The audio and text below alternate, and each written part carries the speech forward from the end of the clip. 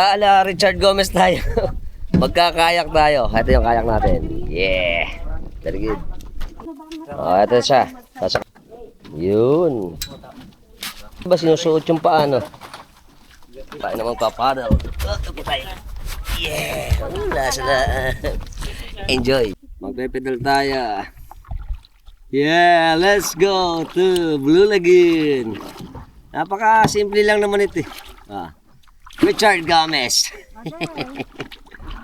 Tingnan niyo yung view dito. Ganda. Me, harap ka naman. Naksi. Ayos ba? Ang hindi sanay magkaya.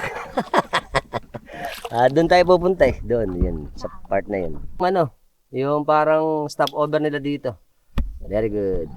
Bye-bye.